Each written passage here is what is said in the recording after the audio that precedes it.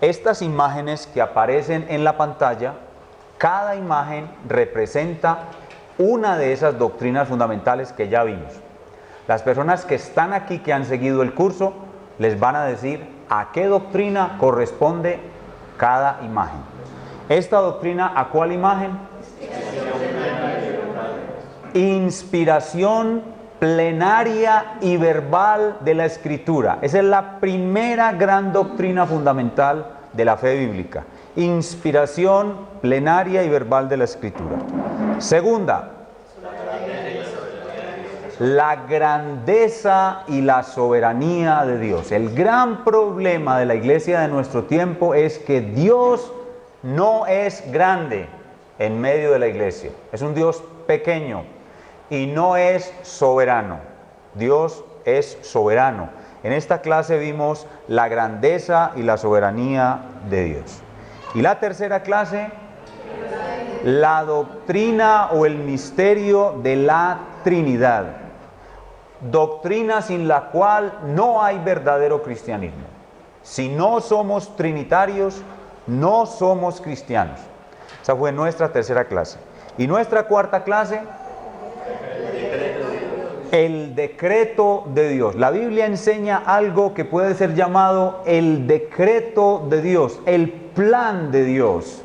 Dios escribió en su libro. Obviamente la palabra libro es una palabra figurada. Dios no tiene libros, sino en su mente eterna. En su mente eterna siempre ha habido un plan, el plan de creación, el plan de redención, el plan de providencia.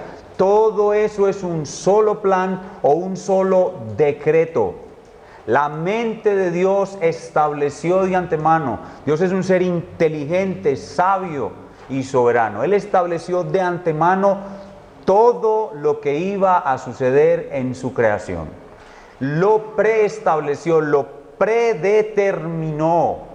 Por eso en la Biblia encontramos palabras como Dios juró, Dios lo preestableció, lo preordenó. Encontramos palabras como se hará como lo he determinado. Palabras como Dios en su consejo. Este es el consejo que está establecido para todas las naciones. Esas palabras predeterminó, preconoció, consejo, nos llevan a entender que Dios tiene un plan y que ese plan abarca todas las cosas y que ese plan es su decreto infalible. Es un decreto infalible. Todo lo que Dios ha establecido se cumplirá. Pero Dios lo va a hacer de tal manera que Él no es el autor del pecado, ni Él violenta la libertad de las criaturas, sino que confirma las causas secundarias por las cuales suceden las cosas. Eso fue lo que vimos la semana pasada. Y la semana pasada vimos entonces que ese decreto de Dios o ese plan de Dios es eterno. Es eterno, es desde la eternidad. El propósito eterno, dice Dios en su palabra en Efesios 1:11. El propósito eterno. El decreto de Dios es eterno, pero el decreto de Dios es también todo comprensivo, es decir, abarca todo. Es absoluto, abarca todo. Desde lo más grande que sucede sobre la faz de la tierra e importante hasta lo más pequeño. El evento más grande e importante en la historia de la humanidad es la muerte de Cristo. Y en Hechos capítulo 4, versículos 27 y 28, dice claramente que Dios predestinó de antemano la muerte de Cristo. En primera de Pedro dice que Él es el Cordero de Dios que fue sacrificado desde antes de la fundación del mundo. Pero el hecho más insignificante en la vida de un ser humano es la caída de un pelo. Mateo capítulo 10, versículo 29 y 30 dice que la caída de un pelo y la muerte de un pajarito están en el decreto de Dios, están bajo el control de Dios. Así que Dios controla lo más importante, pero también lo más insignificante. Y Dios controla y decreta no solamente eso, sino también las obras malas de los hombres. Las obras malas de los hombres. En la pantalla ustedes ven una pintura sobre la venta de José a Egipto.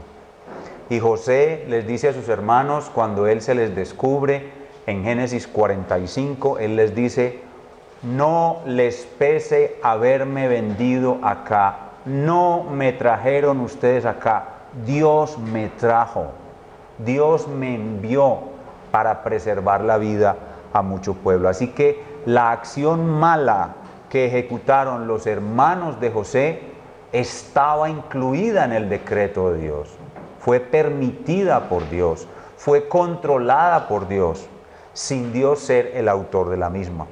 Así que Dios tiene en su decreto incluidas las cosas malas, pero también las cosas buenas. En Efesios capítulo 2, versículo 10 dice que Él preparó de antemano las buenas obras en las que nosotros habríamos de andar. Dice: creados en Cristo Jesús para buenas obras, las cuales Él preparó de antemano para que anduviésemos en ellas. Entonces, las cosas grandes, las cosas pequeñas, las cosas malas, las cosas buenas, pero también el pensamiento y las decisiones de los reyes. Proverbios 21:1 enseña claramente que el corazón del rey está en la mano de Jehová y a todo lo que él quiere lo inclina. Todo está en el decreto de Dios, ni siquiera el tirar los dados está fuera del decreto de Dios. La suerte no existe, el azar no existe, todo está dentro del decreto de Dios. No hay quien muera por azar, todo el mundo muere porque Dios lo ha determinado. Y un ejemplo muy claro es lo que estábamos viendo hoy en la predicación, el perverso rey Acab. El perverso rey Acab murió porque un soldado del ejército sirio, dice el texto, arrojó una flecha a la ventura y la flecha se le metió a Acab entre las partes, entre las junturas de su armadura. Y Micaía, profeta de Jehová, había profetizado horas antes que Acab iba a morir. Y Micaía dijo, Acab dijo sentenciando a Micaía: métanlo a la cárcel con agua y pan de aflicción hasta que yo regrese vivo. Y Micaía dijo: si usted regresa vivo, yo no soy profeta de Jehová. Y un soldado tiró la flecha a la aventura y la flecha se le metió entre las partes de su armadura y el maligno rey Acab murió tal como Jehová lo había decretado. Así que no hay nada que esté fuera del decreto. El decreto es eterno y el decreto es infalible. Tal como Dios lo ha decretado, así sucederá. Pero Dios lo ha decretado de tal manera, y eso lo vamos a ver en la siguiente clase, que Él no es autor del pecado, el hombre es el autor del pecado, la criatura, tanto la criatura angélica como la criatura humana, ellos son los autores del pecado, pero Dios permite el pecado y lo manipula sin tocarlo. Es decir, lo acomoda en su plan para que cumpla el propósito bueno que Él diseñó. Pero tampoco le quita al hombre la libertad. Dios no le quita al hombre la libertad, de tal suerte que el hombre no es una marioneta, puppet, marioneta en las manos de Dios. El hombre no es una marioneta, el hombre es un agente libre y responsable, como veremos en la siguiente clase, que trata sobre el misterio de la soberanía de Dios y la responsabilidad humana, y como veremos en otra clase más adelante que trata sobre el libre albedrío. Ya veremos eso en su tiempo. En el día de hoy, hablando del decreto de Dios, la primera parte del decreto de Dios que estudiamos es aquella que tiene que ver con el acontecer de todas las cosas en el mundo. Esa es la primera parte del decreto de Dios, y eso es lo que nosotros podemos llamar predeterminación. Predeterminación. Podríamos llamar predeterminación.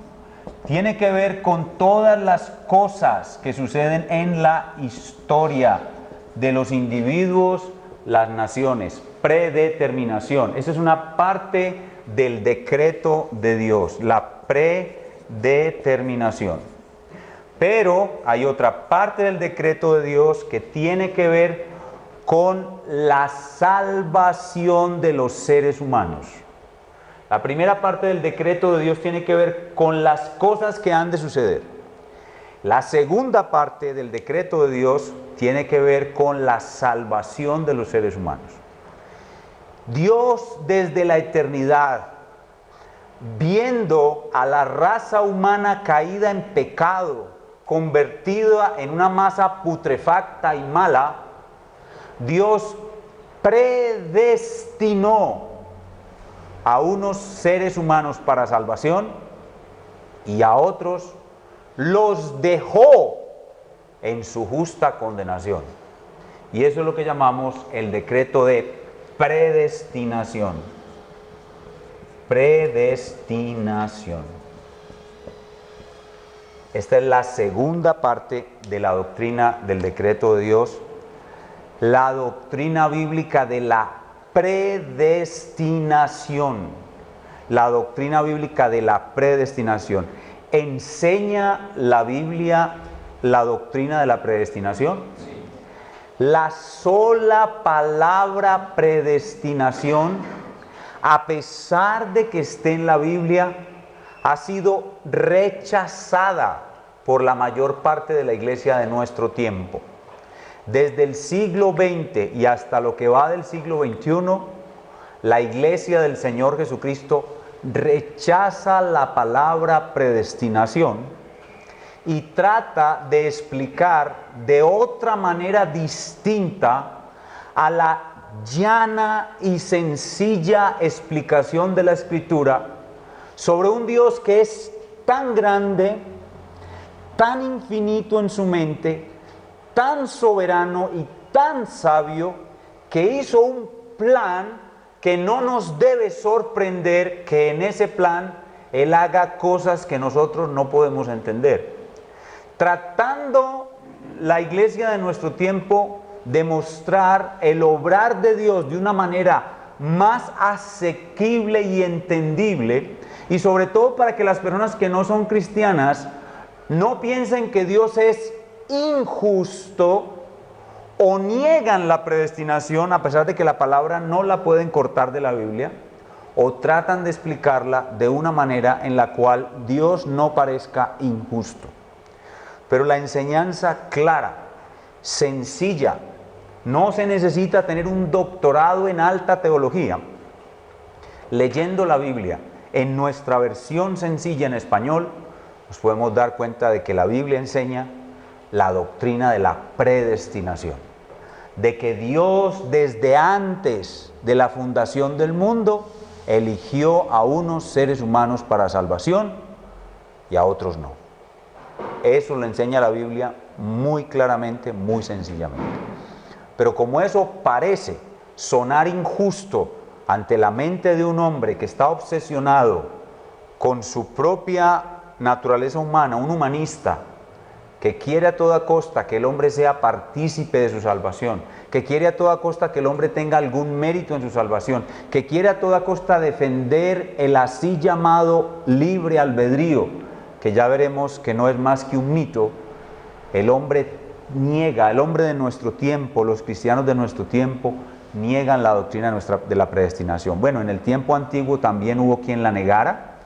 Está Pelagio en el siglo IV, está el contradictor de Lutero, Erasmo, en el siglo XVI, está Arminio en el siglo XVII, está Wesley en el siglo XVIII, y así sucesivamente. Hoy todos los que se conocen como iglesias carismáticas, pentecostales, wesleyanas o arminianas, todos ellos niegan la doctrina de la predestinación, y todos los que venimos de Agustín de Hipona en el siglo IV, de Martín Lutero y Juan Calvino en la época de la Reforma, de los puritanos en la época del siglo XVII, de George Whitefield y de Carlos Spurgeon, todos los que venimos por esa línea sostenemos la doctrina bíblica de la predestinación. Entonces es una doctrina que ha sido negada, pero que no podemos sacarla de la Escritura. Allí está claramente en la Escritura. Vamos a dar una mirada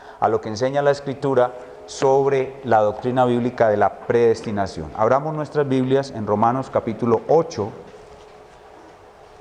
versículos 28 al 20.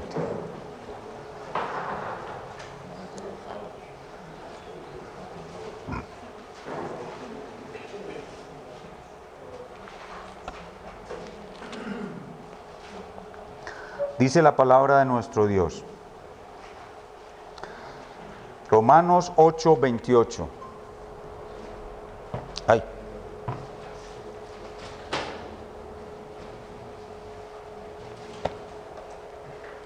Gracias, hermano. Dice, y sabemos que a los que aman a Dios, todas las cosas les ayudan a bien. Esto es, a los que conforme a su propósito son llamados.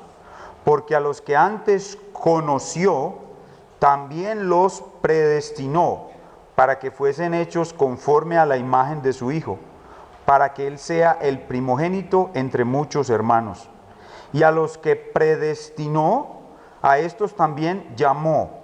Y a los que llamó, a estos también justificó. Y a los que justificó, a estos también glorificó. Este hermosísimo y famosísimo pasaje se conoce en la historia de la teología como la cadena de oro de la salvación, o en el latín, desde tiempos antiguos, se conoce como ordo salutis.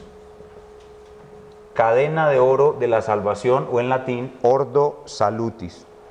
En este versículo se ve claramente la predestinación. Ahí se ve claramente la predestinación. El versículo 28 comienza señalando a un grupo de personas que el autor bíblico llama como los que aman a Dios. Y a esas personas que aman a Dios dice, todas las cosas malas incluidas les ayudan a bien. ¿Y por qué les ayudan a bien todas las cosas? O por una sencilla razón, porque esas personas están sufriendo el mal con un propósito. ¿Cuál es el propósito que Dios tiene con el mal que le envía a las personas que le aman? Es formarlos a la imagen del Señor Jesucristo. Entonces vemos claramente la predestinación, y esa predestinación existe con un propósito. Y se ve la secuencia de eventos para llegar a lograr ese propósito. Hay una secuencia de eventos para llegar a lograr ese propósito. La secuencia de eventos, que es lo que se llama cadena de oro de la salvación, comienza con a los que antes conoció. La palabra conoció tiene que ser entendida con mucho cuidado. Y aquí es donde sirve muchísimo saber griego, o tener un buen léxico griego-español, o saber gramática griega, y conocer bien la Biblia en todas sus partes, y conocer bien la teología, porque nosotros, cuando vimos la clase número 2 de la grandeza y la soberanía de Dios, dijimos que Dios no aprende, que Dios no conoce nada nuevo porque todo lo conoce. O sea, que Dios no conoce, Dios ya conoce, Dios todo lo conoce. Entonces la palabra conoció, que es el griego ginosko, no significa que Dios vio de antemano, aprendió algo o conoció algo en el sentido literal de la palabra. No es algo cognitivo. Y cuando miramos el uso de esa palabra en otros lugares de la Biblia, nos damos cuenta de que conoció para Dios y que conoció en la Biblia no necesariamente es algo cognitivo, sino que es algo afectivo. Como por ejemplo cuando en Génesis dice que Adán conoció a su mujer y tuvo con ella un hijo y puso por nombre a su hijo Caín. Entonces, la palabra conocer aquí no significa ver de antemano.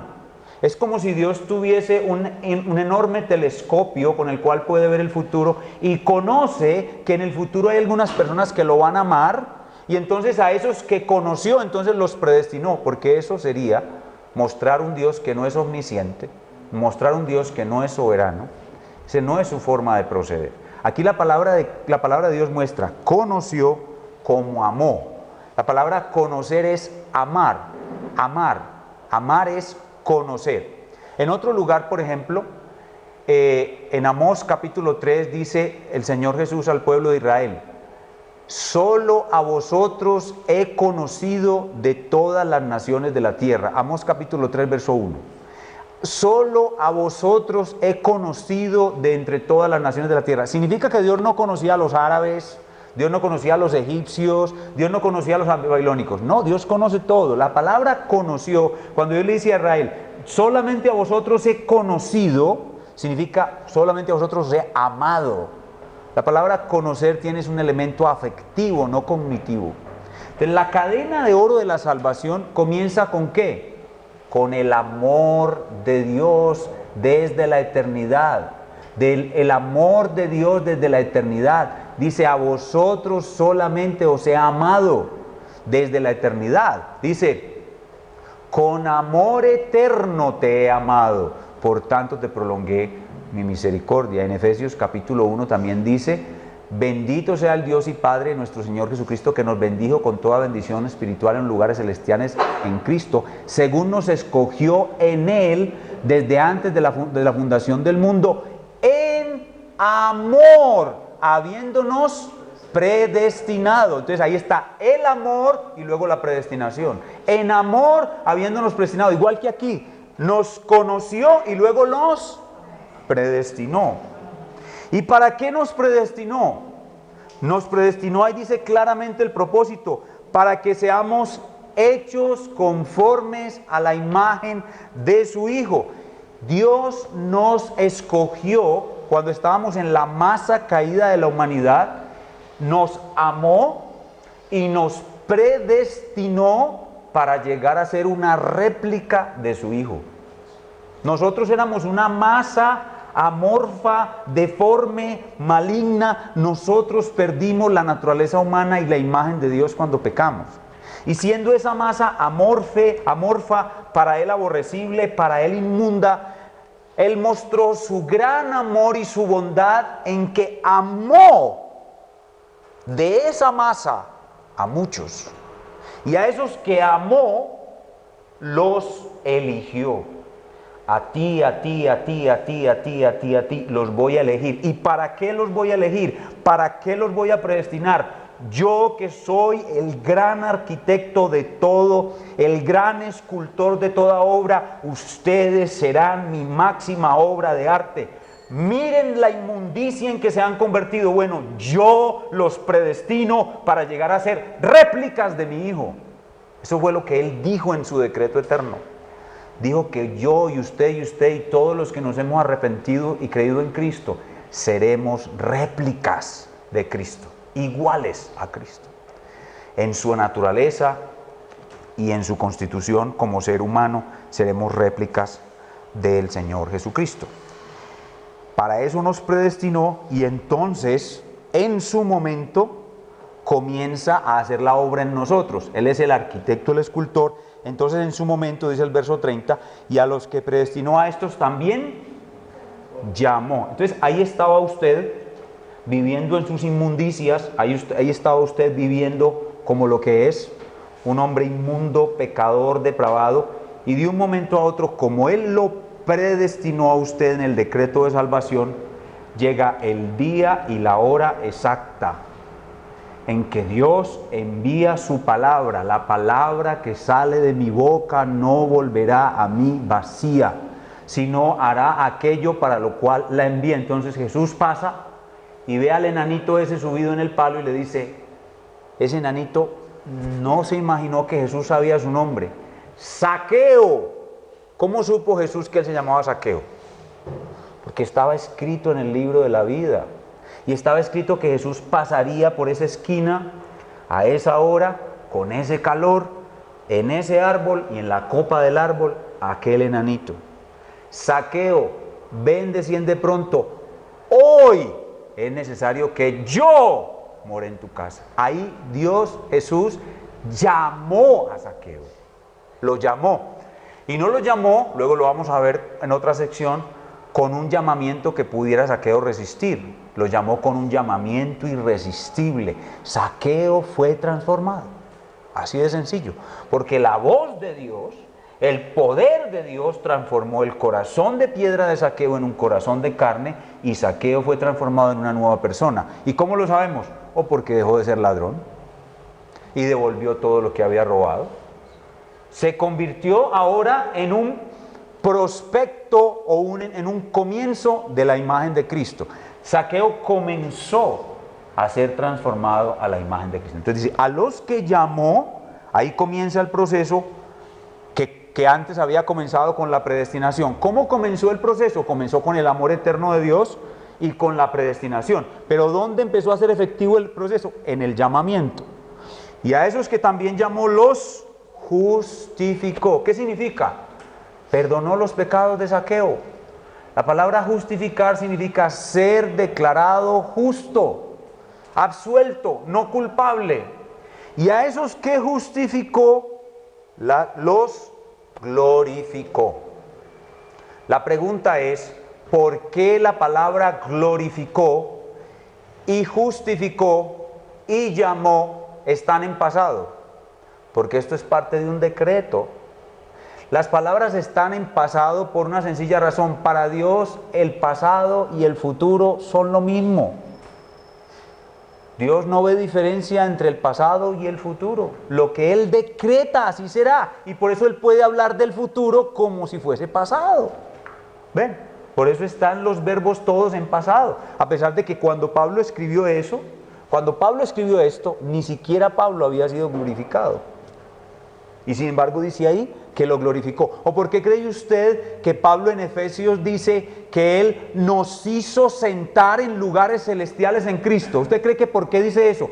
Ahí dice como si yo, al que ustedes están viendo, estuviera ya sentado en lugares celestiales en Cristo. ¿Por qué dice de mí que no estoy ya en este instante sentado en lugares celestiales como si ya lo estuviera?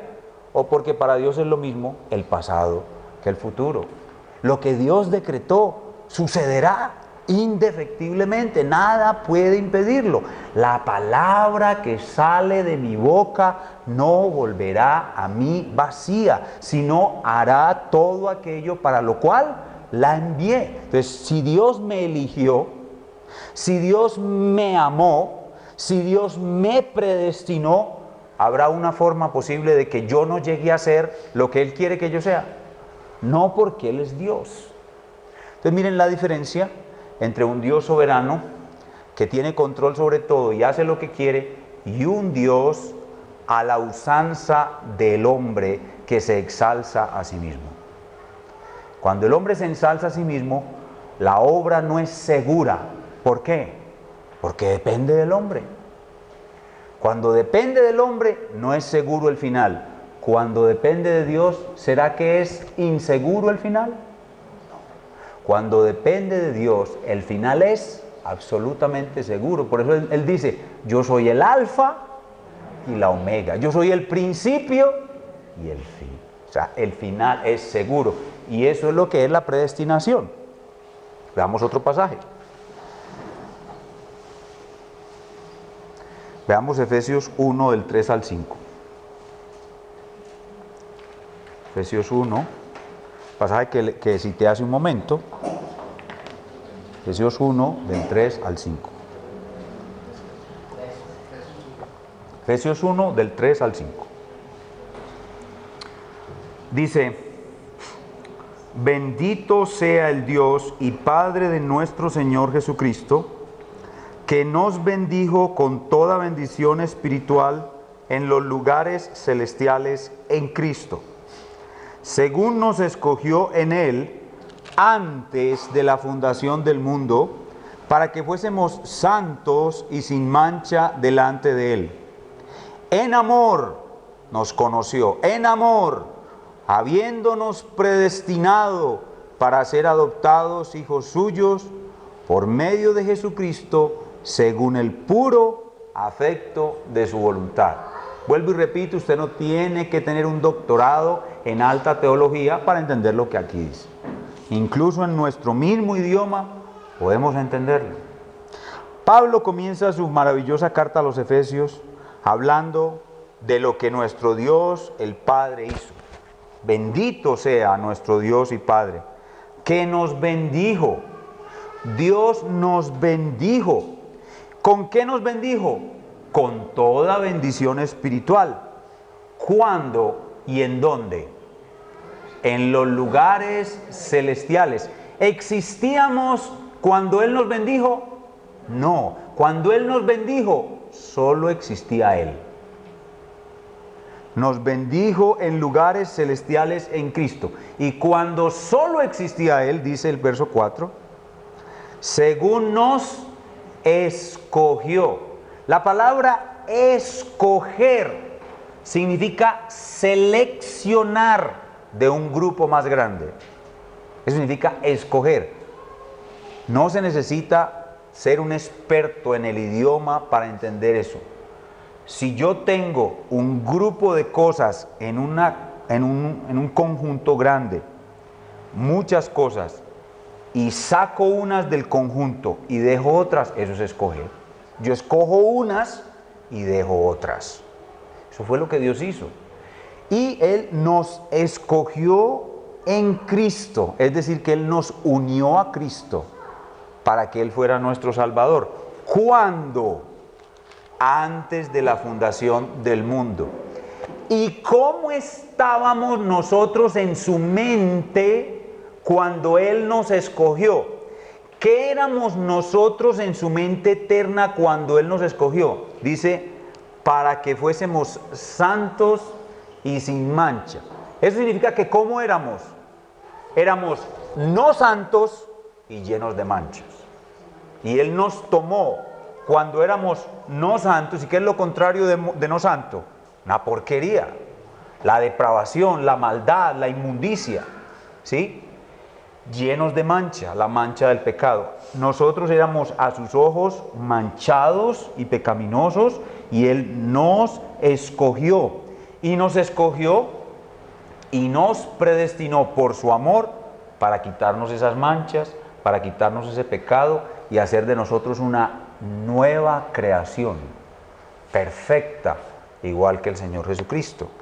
Dice, en amor, es decir, esa fue la motivación de su corazón. ¿Por qué nosotros somos salvos? Porque Dios es amor. ¿Por qué nosotros somos predestinados? Porque Dios es amor. En amor, habiéndonos predestinado para ser adoptados hijos suyos. Cuando Dios nos creó en Adán, nosotros éramos hijos suyos por creación.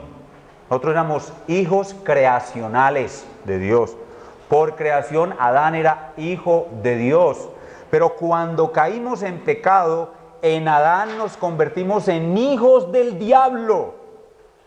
Éramos hijos del diablo. Y ahora, por medio de Jesucristo, Él nos traslada de nuevo y nos lleva a ser hijos de Dios por adopción.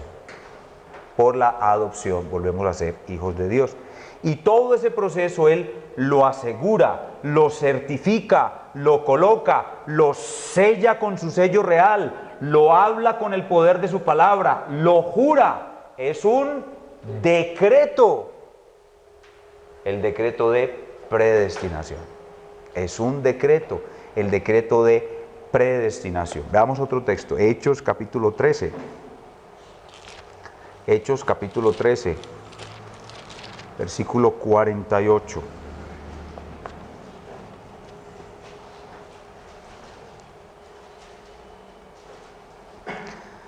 Pablo y Bernabé están dando el informe a los hermanos de las iglesias de Antioquía sobre cómo los gentiles se convirtieron, cómo les predicaron el evangelio y cómo se convirtieron al Señor Jesucristo.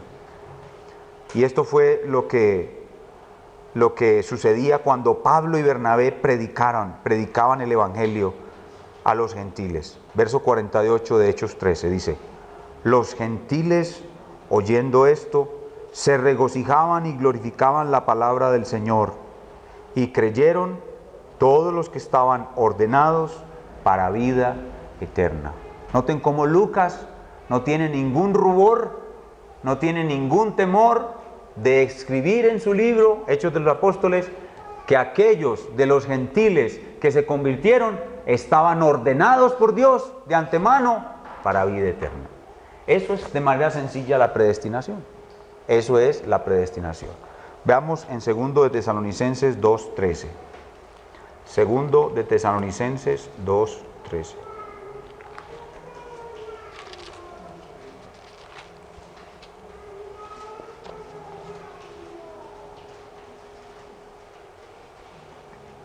Segunda Tesalonicenses 2:13. Pablo ahora habla de los tesalonicenses, pero nosotros debemos dar siempre gracias a Dios respecto a vosotros, hermanos amados por el Señor. Noten de nuevo, ¿cuál es la causa de la predestinación? El amor de Dios. Hermanos amados por el Señor, damos gracias siempre por vosotros, hermanos amados por el Señor, de que Dios os haya escogido desde el principio para salvación. O sea, más claro no puede estar en la Biblia. Dios escogió a unas personas desde el principio para salvación. Más claro no puede estar allí. Mediante la santificación, es decir, nosotros éramos una inmundicia, una porquería, y por el Espíritu Santo vamos a ser santificados mediante la santificación por el Espíritu y la fe en la verdad. Vemos claramente que nuestro Dios ha predestinado para salvación a muchos. Veamos un último pasaje, 1 de Pedro 2, del 7 al 8.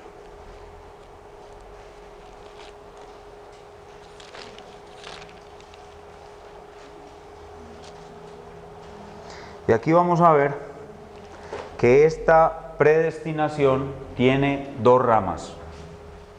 El decreto de predestinación tiene dos elementos.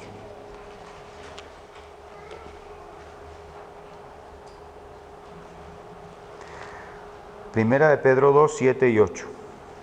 Para vosotros, pues, los que creéis, Él, o sea, Cristo, es precioso. Pero para los que no creen, la piedra que los edificadores desecharon ha venido a ser la cabeza del ángulo y piedra de tropiezo y roca que hace caer, porque tropiezan en la palabra, siendo desobedientes, a lo cual fueron también destinados. A lo cual fueron también destinados. Las personas que creen, ¿por qué creen? Porque para ello fueron ¿qué? Predestinados. Y las personas que no creen, ¿por qué no creen? Porque para ellos fueron predestinados. Entonces el decreto de predestinación tiene dos elementos. Uno es el decreto de elección, que es un decreto positivo. Positivo significa de que Dios interviene. Dios interviene activamente con todo su ser. Dios involucra todo su ser en la elección de estas personas y en su salvación. Es un decreto positivo, activo. Y lo contrario a la elección es, esta palabra no está en la Biblia hablando en términos soteriológicos, es decir, en términos de salvación. Sí está en la Biblia en otros contextos, pero no está en la Biblia, pero sí está el concepto. Cuando una palabra no está en la Biblia y está el concepto, esas palabras son legítimas y las podemos usar. La contraparte de la elección se conoce con el nombre de reprobación. Y el decreto de reprobación es un decreto negativo. El decreto de elección, o la parte de la predestinación que corresponde a la elección, es positiva. Es decir, Dios está involucrado con todo su ser en la salvación de sus elegidos. Pero cuando se habla de las personas no elegidas, que se conoce como reprobación en la historia de la teología, se trata de un elemento negativo. ¿Qué queremos decir? Que Dios no es la causa de su condenación. La causa de su condenación, según vimos en la doctrina del decreto de Dios, es ¿quién? Ellos mismos. Ellos mismos son la causa de su condenación. ¿Por qué? Porque Dios no obligó al hombre a pecar. El hombre pecó porque quiso. El hombre se autocondenó. Y una vez toda la masa de la raza humana se autocondenó, Dios soberanamente en su gracia. Y aquí es donde nosotros tenemos una diferencia muy grande con el resto del cristianismo. ¿Usted quiere hacer una diferencia en dos palabras entre el cristianismo reformado histórico y las otras formas de cristianismo que han surgido a lo largo de la historia? Las dos palabras son estas: gracia soberana. Cuando Dios vio, digo vio porque su mente es eterna, estoy hablando en términos humanos, la masa total de la humanidad caída en Adán, Dios decidió, por su amor, por su bondad, salvar a una gran parte de esa raza humana por medio de tener que entregarlo todo en la persona de su Hijo. Y a esos los eligió y se involucró en su salvación con todo su ser. Lo dio todo para la salvación de aquellos depravados que Él eligió. Pero al resto de los depravados, que se volvieron depravados por sí mismos, a quienes Dios no destinó para ser depravados, ni Dios los indujo a la depravación, ni los convirtió en depravados, sino que ellos mismos, por su agencia libre y responsable, se convirtieron en depravados. Dios los dejó. Los dejó en la justa condenación que Él mismo hombre se causó. Es decir, que Dios tiene gracia, Dios es un Dios de gracia. ¿Qué es la gracia? La gracia es recibir lo contrario a lo que yo me merezco. Dios sí tiene gracia y Dios da gracia al pecador, Dios salva al pecador, pero se la da al pecador a quien Él le da la gana de dársela. Como está escrito, tendré misericordia del que tendré misericordia. Todos merecen la muerte. Yo les podría dar la salvación a todos y sería bueno, justo. Yo los podría condenar a todos y sería justo, pero he decidido salvar a unos y a otros dejarlos en su justa condenación. Y eso es lo que no le gusta a nadie. Pero eso es lo que dice la Biblia. Ese es el problema que es que eso es lo que dice la Biblia. Y eso nos muestra una imagen de Dios que a las personas cristianas que no entienden bien su Biblia no les gusta. Entonces, como no les gusta lo que la Biblia dice, presentan a otro Dios, un Dios que depende de la voluntad del hombre, un Dios que depende de la decisión del hombre, no un Dios que es soberano en sí mismo y que hace lo que quiere y que hizo lo que quiso antes de que el hombre fuera creado. Ese Dios, que es el que muestra la Biblia, a la mayoría de los cristianos les parece un monstruo y no lo quieren ver ni de lejos. Por eso es que la mayoría de las iglesias son de ese estilo que llamamos arminianas, pentecostales, carismáticas o iglesias del libre albedrío, si usted quiere llamarlas así. Porque para ellos lo más importante no es la soberanía de Dios, sino el libre albedrío humano. Y ellos acomodan el evangelio a una perspectiva del libre albedrío humano, supuestamente porque esta forma de ver a Dios es injusta. Vayan conmigo a Romanos, capítulo 9.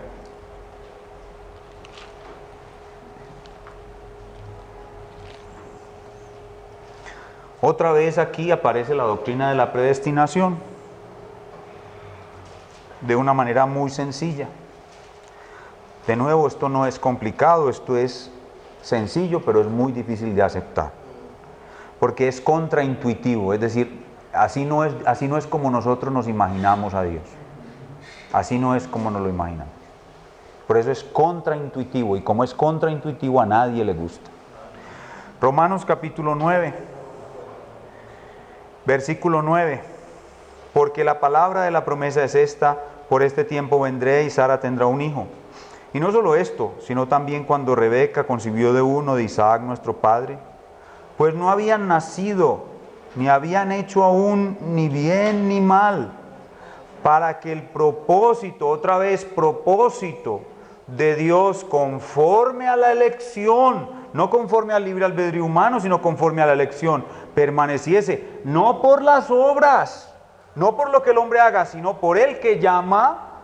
¿Quién es el que llama? Dios. Se le dijo, ¿a quién? A Rebeca: el mayor servirá al menor. Dios es soberano. Como está escrito: a Jacob amé, mas a Esaú aborrecí. Y cuando la gente lee eso, lo primero que dice es: Dios es injusto. Y como Pablo sabía que todos los que lo leyeran iban a decir eso, continúa diciendo, 14, ¿qué pues diremos? ¿Que hay injusticia en Dios? En ninguna manera. Es decir, oigan bien, es decir, que cuando yo le predico a usted el Evangelio y usted cree que Dios es injusto, yo le prediqué bien. Yo le prediqué bien. ¿Sí? Cuando yo le predico a usted el Evangelio y usted cree que Dios es injusto, exactamente lo entendió. Ahora la pregunta es, ¿lo va a aceptar, sí o no? ¿Lo va a aceptar, sí o no? Ese es el Dios de la Biblia.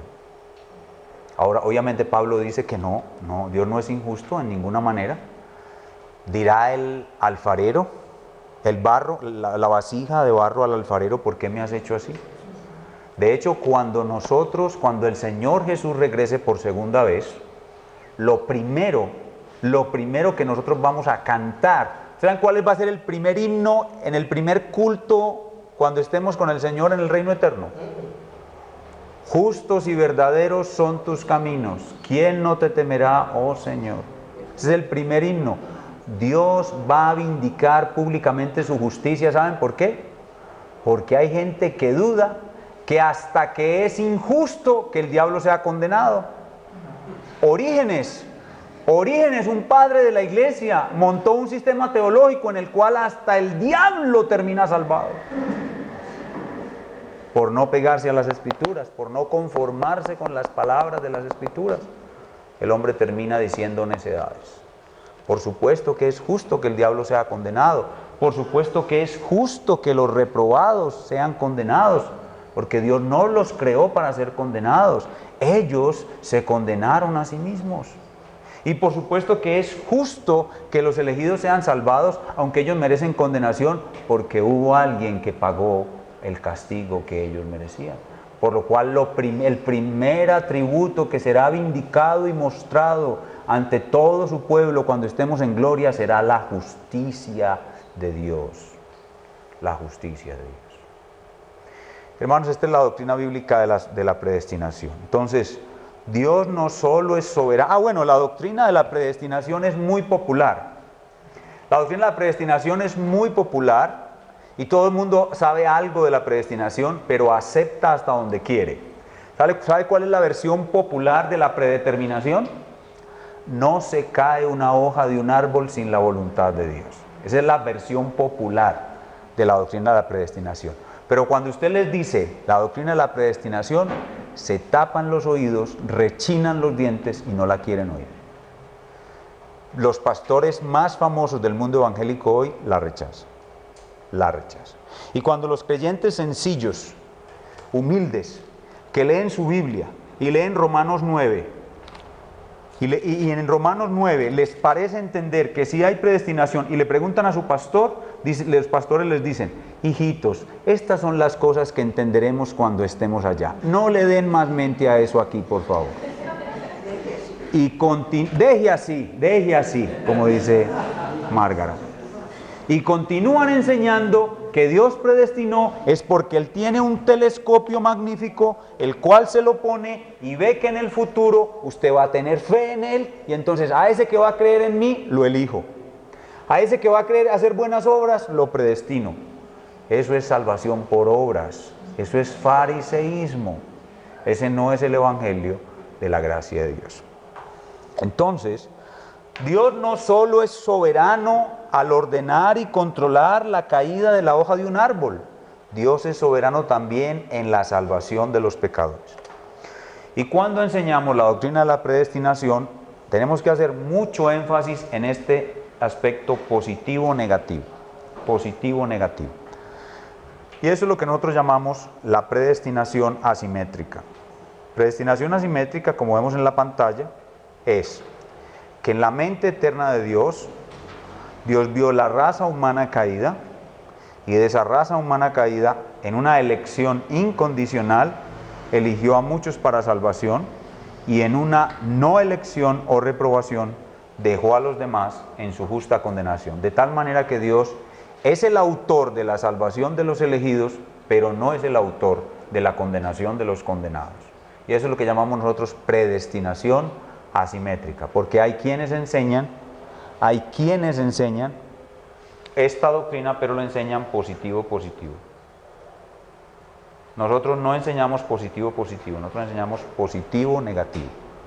Y eso es lo que enseñan los bautistas confesionales de la Confesión de Londres de 1689. Miren lo que dicen los bautistas antiguos. Estos son los bautistas originales. La hermana Angélica, que vive en San Andrés, ella está familiarizada con los bautistas. Los bautistas originales somos los reformados. Los bautistas fundamentales o los otros bautistas que se formaron después, que son los que llegaron a San Andrés, los que existen en San Andrés, ellos no creen igual que nosotros.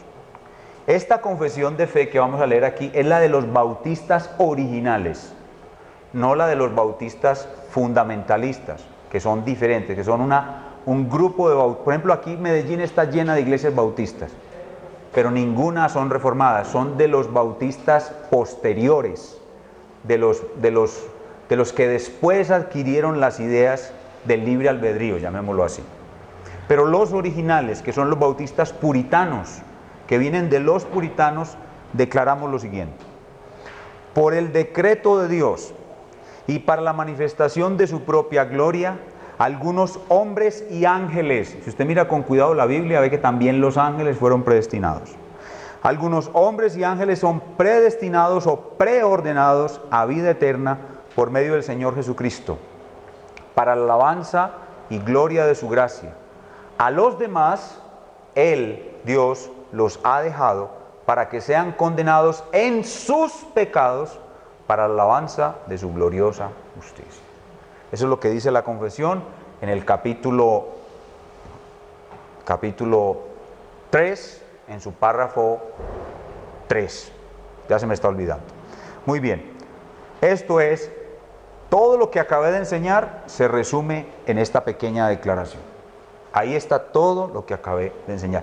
Por eso cuando nosotros vamos a ser miembros de una iglesia, nosotros le preguntamos: ¿cree usted en la doctrina de la predestinación? Si usted dice sí, le preguntamos: ¿usted la cree como nosotros? Y le leemos esto. Y si usted dice sí, entonces puede ser miembro de la iglesia.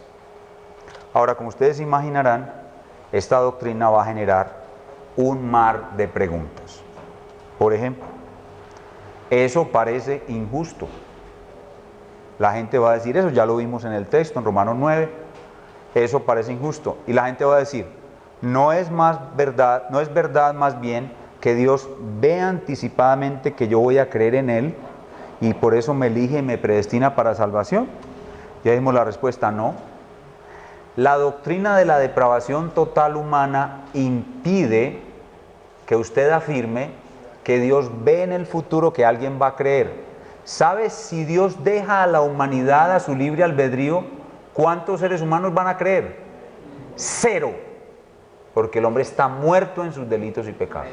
Entonces no puede creer el hombre. Así que no es posible que sea que Dios ve de antemano quién va a creer, porque nadie puede creer. La Biblia afirma que la fe es un regalo de Dios, no es una obra del hombre.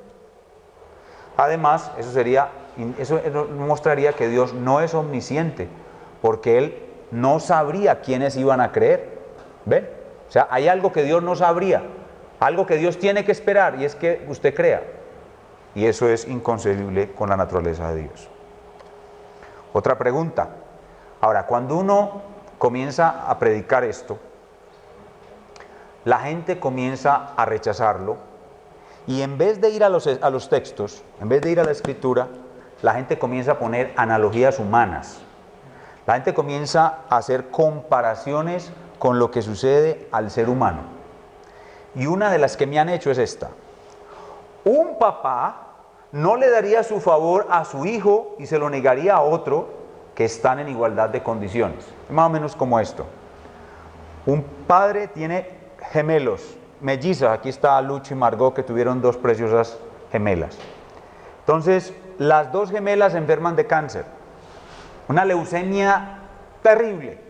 Y el tratamiento de la leucemia de esas niñas vale millones de dólares. Pero el papá de esas niñas es multimillonario. Cualquier millones de dólares es como quitarle un pelo a un gato. Entonces, resulta que ese papá dice, le voy a dar yo tengo dos hijas gemelas, las dos tienen el mismo cáncer, le voy a dar el tratamiento a una y al otro, y a la otra no. Entonces la gente dice, jamás un padre dejaría de darle el tratamiento a las dos hijas, el padre le daría el tratamiento a las dos. Así es Dios. Dios, ¿cómo le va a dar una cosa a uno y se la va a negar a otro? Lo que está diciendo es imposible que la gracia sea soberana en Dios. El problema es que la Biblia dice que es soberana. Ese es el problema. Entonces cuando le dicen a uno, no, un padre humano no le daría a una hija el tratamiento y a la otra se lo negaría. Y lo que yo respondo es, tus pensamientos de Dios son demasiado humanos. Dios no es como tú. Tú eres como Dios. Pero Dios no es como tú. Dios es humano. ¿Cuál es el propósito de Dios al hacer todo esto? Su gloria. La gloria con la salvación de los elegidos, la gloria de su gracia. Y con la condenación justa de los reprobados, la gloria de su justicia. Dios no busca otra cosa que no sea su propia gloria. Si Dios buscara otra cosa, estaría desviado, porque ¿qué es lo único y lo más perfecto? Su propia gloria. Entonces la gente comienza a crear fantasías. Lo mismo, por ejemplo, cuando enseñamos la seguridad de la salvación. Obviamente la doctrina de la predestinación es la base para enseñar que la salvación no se puede perder.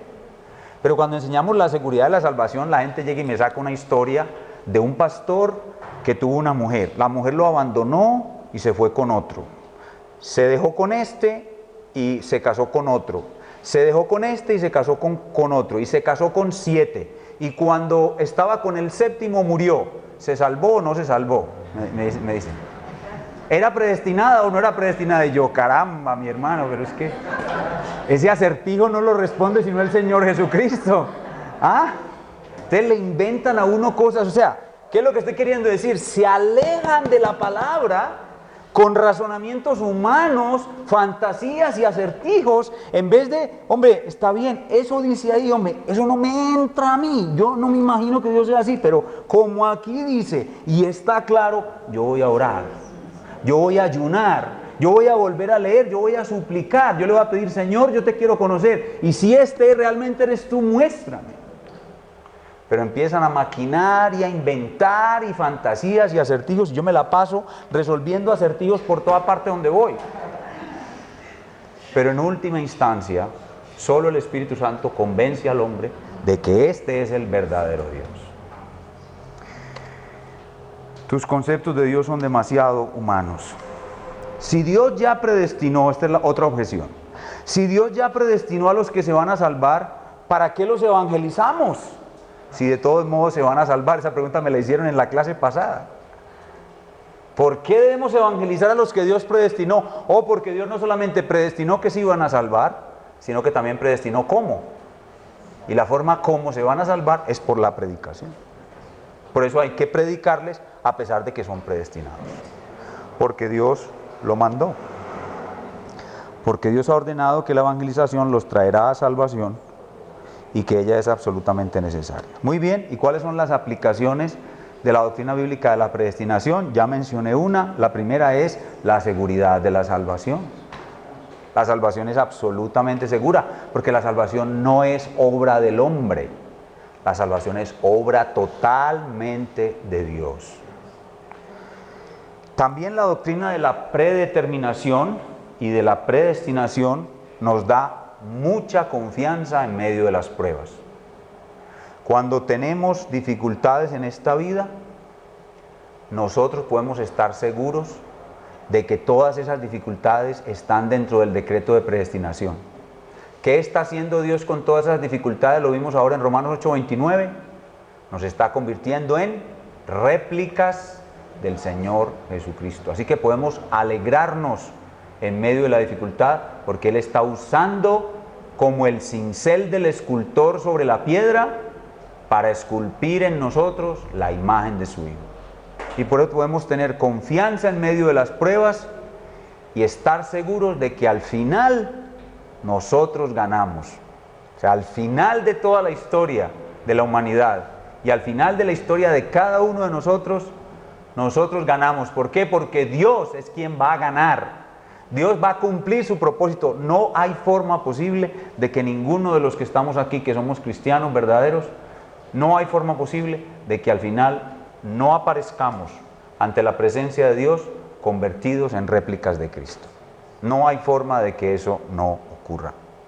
Así que nosotros podemos enfrentar las pruebas con una mente preparada para la aflicción. Una mente preparada para la aflicción. ¿Por qué? Porque Dios ha predestinado el mal para nuestro bien. Dios ha predestinado el mal para nuestro bien. Pero, como bien lo dice la confesión, tenemos que tener mucho cuidado con esta doctrina. Esta doctrina es un gran consuelo para nosotros dentro de la iglesia. Pero no podemos ir andando por ahí en la calle contando esta doctrina a todo el mundo, ni siquiera a creyentes inmaduros, porque esta doctrina va a procurar o va a hacer o va a facilitar de que muchas personas blasfemen el nombre del verdadero Dios. Entonces tenemos que usar esta doctrina con cuidado, tenemos que predicársela a la iglesia y predicárnosla a nosotros mismos, pero tenemos que tener cuidado porque es por su alto nivel de complejidad una doctrina que puede producir rechazo en muchas personas, y es mejor a los bebés llegarles con leche y no con alimento sólido como este. Hay que llevarles con leche, con el Evangelio.